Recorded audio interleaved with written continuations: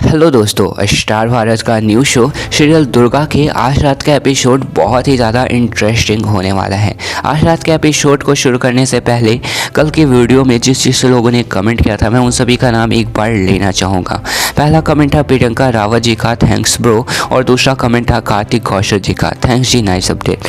तो आप दोनों को थैंक यू सो मच। आप दोनों ने प्यारा प्यारा सा कमेंट किया और आई होप कि आप आगे भी कमेंट करते रहेंगे और आप हमारी वीडियो को लाइक करते रहेंगे। गाइस, आप एक लाइक और एक कमेंट कर देती है ना, तो हमें मोटिवेशन मिलता है ताकि हम आगे भी ऐसे ही वीडियो बनाते रहते हैं। ये जो तीसरा कमेंट था वो कामनी शुक्ला जी का था, जिन्होंने लिखा था it's can be real. I hope कि ये रियल होता कामनी जी, बट डोंट वरी।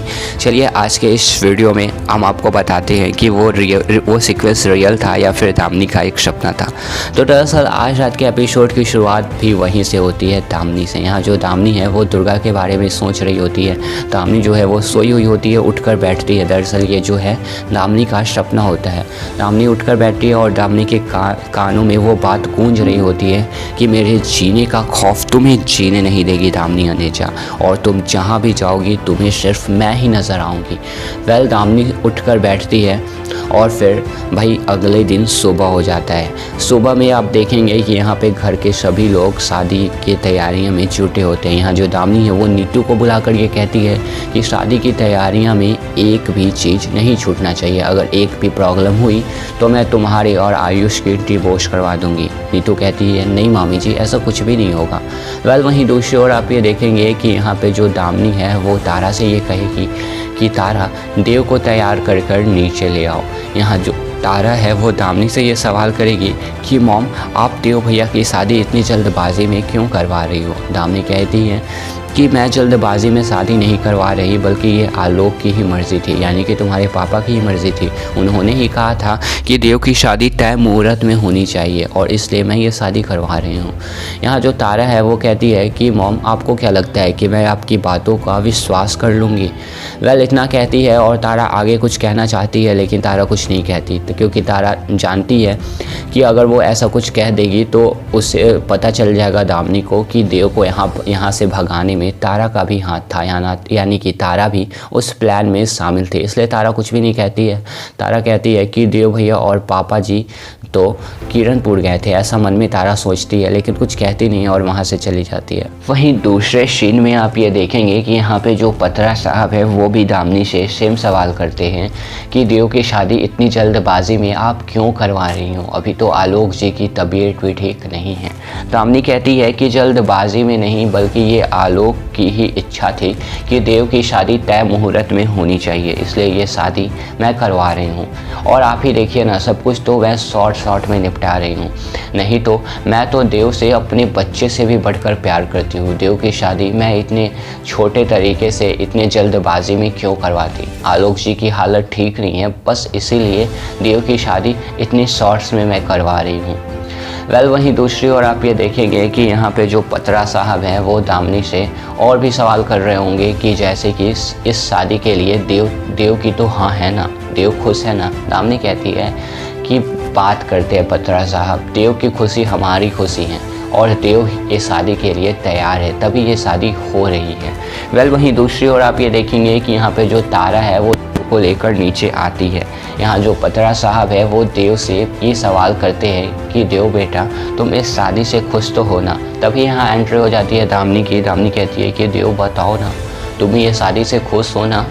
तभी यहाँ पे देव जो है वो दामिनी से डर के यहाँ पे मूड़ी हिला देता है और कह देता है कि हाँ वो इस शादी से खुश है। वहीं दूसरे सीन में आप ये देखेंगे कि यहाँ पे जो गीतू है वो अपने कमरे में तैयार हो रही होगी और नेकलेस पहन रही होगी। दरअसल आप सभी को पता है कि ये दोनों माँ बेटी लालची हैं और वो इसीलिए लालच के चक्कर में ही, पैसे के लिए ही देव से शादी कर रही हैं। वहीं बोलेगी गीतू कि मुंडा तो पागल है माँ, तो वो उसकी माँ कहेगी कि कोई बात नहीं, मुंडा से तो तुम्हें कोई लेना देना भी नहीं है, तुम्हें तो सिर्फ इस घर के पैसों से लेना देना है और तुम्हारी जिंदगी भी वैसे ही इस नेकलेस पहनते हुए जाने वाली है, तो मुंडे से क्या फ़र्क पड़ता है। वहीं दूसरी ओर आप ये देखेंगे कि यहाँ पे जो तारा है वो देव को लेकर नीचे आती है और शादी का जो रस्म है वो शुरू होता है। यहाँ पे पेपर पे जो है वो कि तू साइन करती है, सिग्नेचर करती है। यहाँ पे जो देव है वो उसे दामिनी सिग्नेचर करने के लिए पेन देती है, लेकिन देव यहाँ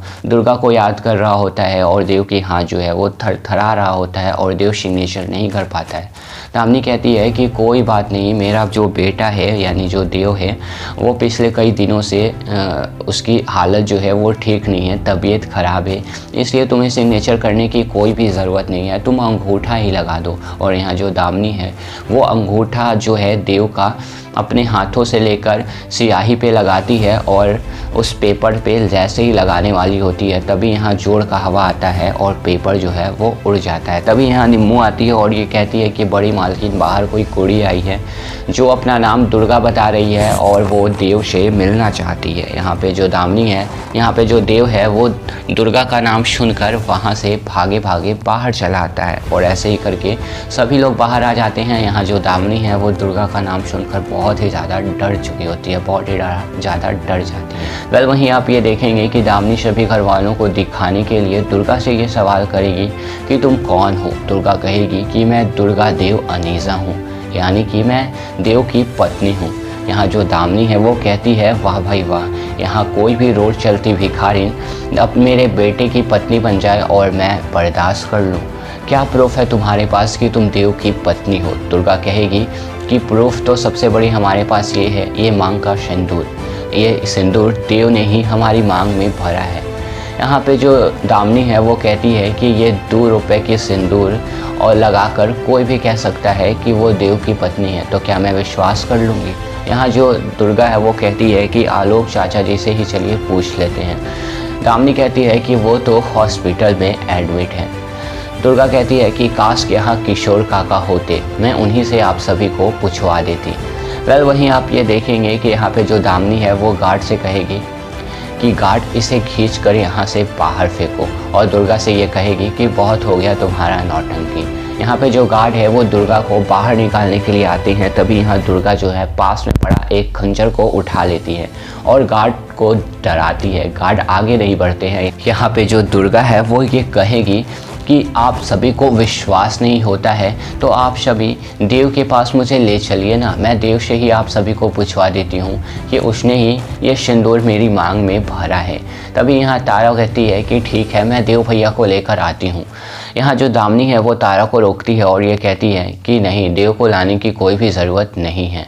यहाँ दुर्गा कहती है कि ठीक है, तो मैं ही चल जाती हूँ देव के पास और उससे आप सभी को पूछवा देती हूँ। और यहाँ जो दुर्गा है वो देव के पास जाना चाहती है। तभी यहाँ दामिनी आ जाती है, यानी दुर्गा और देव के बीच में यहाँ दामिनी खड़ा हो जाती है। दामिनी कहती है कि देव बता दो ना कि इस लड़की को तुम नहीं जानते, सभी को सच बता दो, बोल दो कि ये लड़की को तुमने पहले कभी नहीं मिला है, ये लड़की को तुम नहीं जानते। यहाँ पे जो देव है वो कहते हैं कि मैं इस लड़की को नहीं जानता, बिकॉज यहाँ पे देव जो है वो दामिनी से डर जाता है। यहाँ पे जो दामिनी है वो कहती है कि चलो अब तो तुम्हारे सामने सच्चाई आ गई, अब यहाँ से निकलो। दुर्गा बहुत ही ज़्यादा सैड होती है, लेकिन दुर्गा वहाँ से जाने का नाम ही नहीं लेती है। तभी यहाँ पत्रा साहब ये कहते हैं कि जब तक ये सच्चाई, ये प्रूफ नहीं हो जाता कि ये लड़की सच बोल रही है या झूठ, तब तक देव की ये शादी नहीं हो सकती है, यानी देव की शादी गीतू के साथ नहीं हो सकती है। दामिनी कहती है कि मुझे बस 4 दिन का टाइम दीजिए, मैं ये प्रूफ कर दूँगी कि ये लड़की देव इस लड़की को नहीं जानता है, ये लड़की झूठ का नौटंकी कर रही है। वहाँ दामिनी कहेगी कि 4 दिन ये लड़की इसी घर के बाहर गेट पे बैठी रहेगी। दुर्गा कहती है कि हाँ, मुझे मंजूर है, मैं 4 दिन तक गेट के बाहर बैठी रह सकती हूँ। गाइस, आपको क्या लगता है आने वाले एपिसोड में हमें और क्या कुछ इंटरेस्टिंग देखने को मिलता है, यह जानने के लिए बने रहें हमारे साथ। Thanks for watching this video guys, bye bye.